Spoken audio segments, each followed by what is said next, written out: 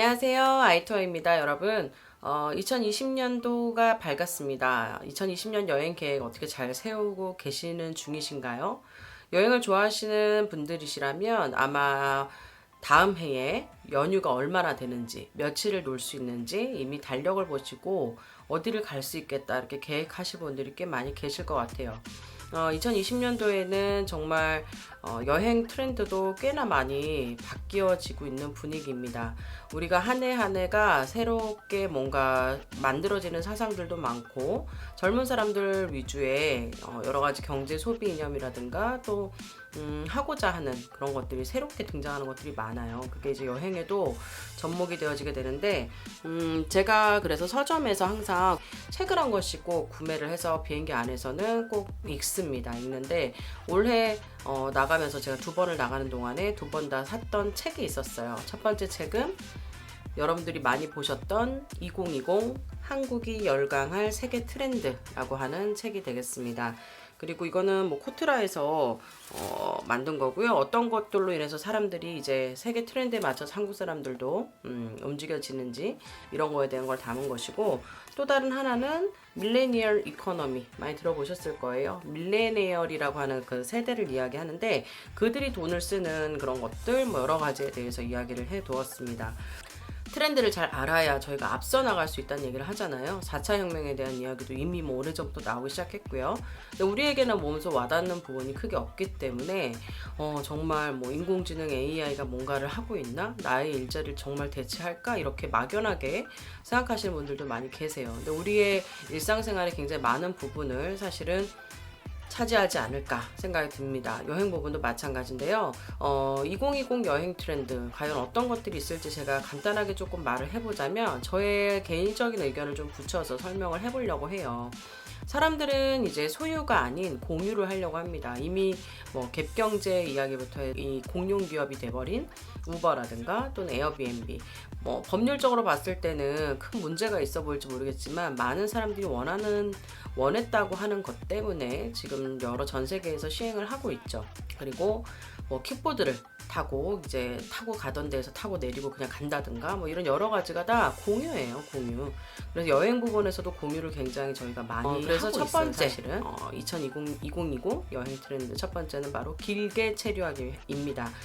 벌써 1, 2년 정도 이상 한 달 살기의 열풍이 한국에도 이미 있었던 것 같아요. 아이들과 함께 또는 솔로는 솔로대로, 커플은 커플대로 이렇게 자기에게 맞는 여행지를 선점해서 숙소를 길게 빌린 다음에 이제 슈퍼 같은 데 가서 현지 음식들을 만들어서 먹기도 하고 집에서 정말 현지인처럼 현지화 되어지는 것을 굉장히 선호했던 자유 여행객들이 했던 여행 패턴이 올해는 더 강성되어질 것으로 보여집니다.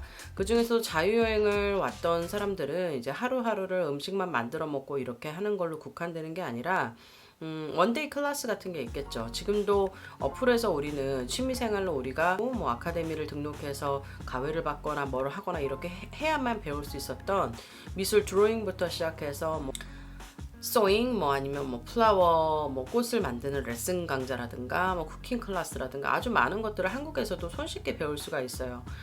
현지에서도 마찬가지입니다. 우리가 원데이 클래스를 신청해서 아이들과 함께 에펠탑 앞에서 그림을 그리는 그런 시간을 갖는다든가 아니면 정말 우리의 로망 중에 하나였던 잔디밭 위에서 피크닉을 하는 그런 피크닉 박스를 받아서 바깥에서 현지인처럼 다닌다든가 또는 조깅복을 입고 조깅을 하러 현지인과 함께 뛰어다닌다든가 뭐 이런 여러 가지 다양한 것들을 길게 체류하면서 그곳에 있는 언어도 배우고 춤도 배우고 요가도 배우고 이렇게 삶을 여행을 갔다고만 생각하는 것이 아니라 내가 그곳에서 정말 경험할 수 있는 많은 것들을 해보고 오겠다 이렇게 길게 체류하는 사람들이 점점 가족 단위로 많아지고 있다는 것입니다.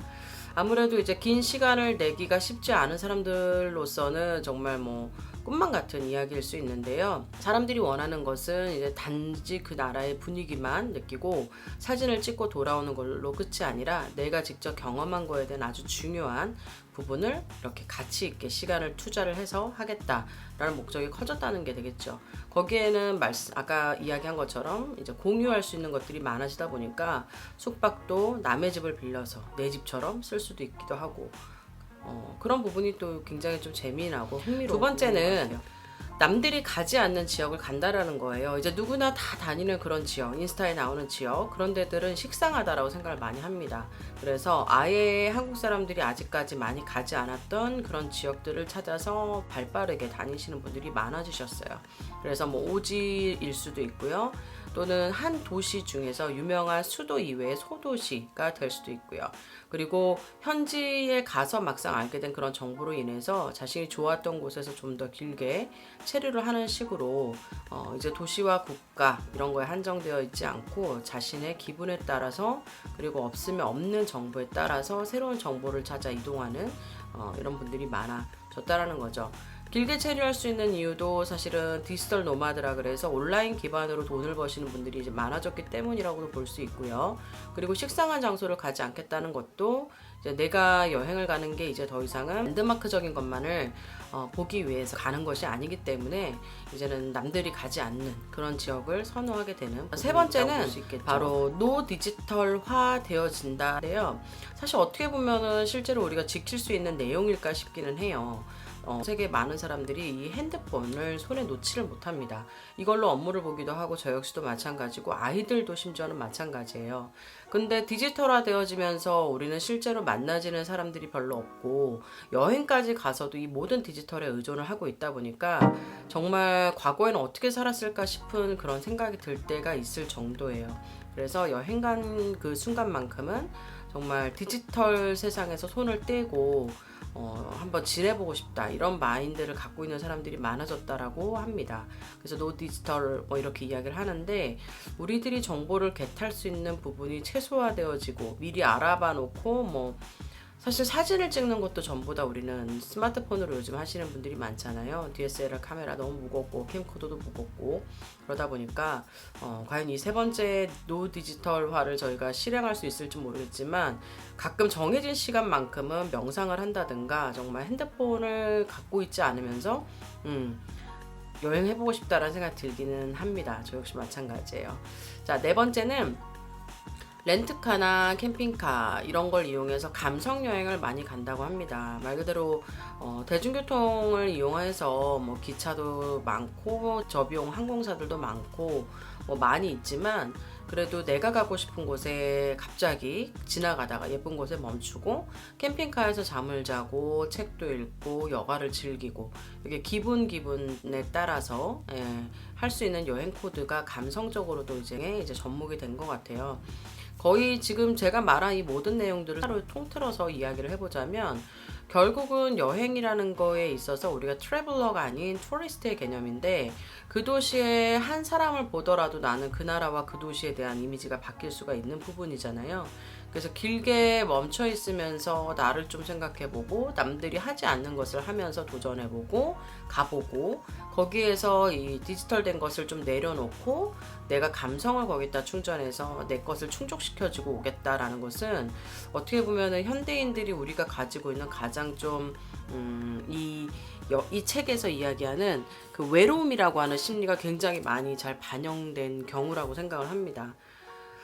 북적북적거리면서 사람들과 많이 어울리지만 정말 내 사람이 없는 것 같은 기분, 정말 내가 누구인지 모르는 것 같은 기분, 이런 것들로부터 이제 진정한 여행으로 인해 내가 나를 좀 느끼고 가겠다 이런 의미에 가깝다. 그래서 올해 2020년도 여행 트렌드는 말 그대로 소유가 아닌 공유, 가격도 공유, 숙박도 공유, 그리고 뭐 모든 것들을 다 공유해서 내 것화하려는 밀레니얼 세대들의 이제 열려 있는 그런 여러 가지가 전부 다 충족되어진 그런 여행의 키워드라고 볼 수가 있을 것 같습니다. 제가 이번 2020년도 여행 트렌드 안에는 단지 이런 소비자들의 심리적인 여행객들의 이 심리만 반영을 시킨 것이 아니라 두 번째 챕터는요, 패키지 이대로 괜찮을까라는 패키지의 이제 올해의 방향성, 앞으로 미래의 방향성에 대한 이야기를 좀 하려고 하고요. 세 번째 챕터에서는 여행의 4축이라고 해서 자유여행 모드, 그 다음에 자유여행을 다니고 싶지만 혼자서는 아직도 두렵고 무서운 사람들을 위해 존재하고 있는 단체 배낭여행에 대한 거, 그럼 세 번째는 패키지, 네 번째는 크루즈, 이렇게 이야기를 좀 하려고 하고요. 마지막 네 번째 챕터에서는 아직도 인솔자를 하려고 하십니까? 라고 하는 챕터로서 패키지가 이제 한계성에 와닿았다라는 거에 대해서 이 직업을 가지고 있는 저와 저의 동료들, 그리고 앞으로의 이 인솔자란 직업에 대한 이야기도 같이 한번 해보려고 합니다. 시청해주셔서 감사하고요. 제 내용이 좋으셨다면 구독과 좋아요 눌러주시고요. 질문 있으시면 아래에다가 또 달아주시고요. 저에게 듣고 싶은 이야기 있으셔도 같이 댓글 달아주시면 감사할 것 같습니다. 그리고 여러분들이 가지고 계신 생각이 제가 오늘 이야기한 트렌드적인 부분과 좀 다르다고 한다면 어떤 더 좋은 방법으로 여행을 할 수 있을지, 또는 개인의 어떤 생각들이 있는지 감사하겠습니다. 좋은 하루 되세요.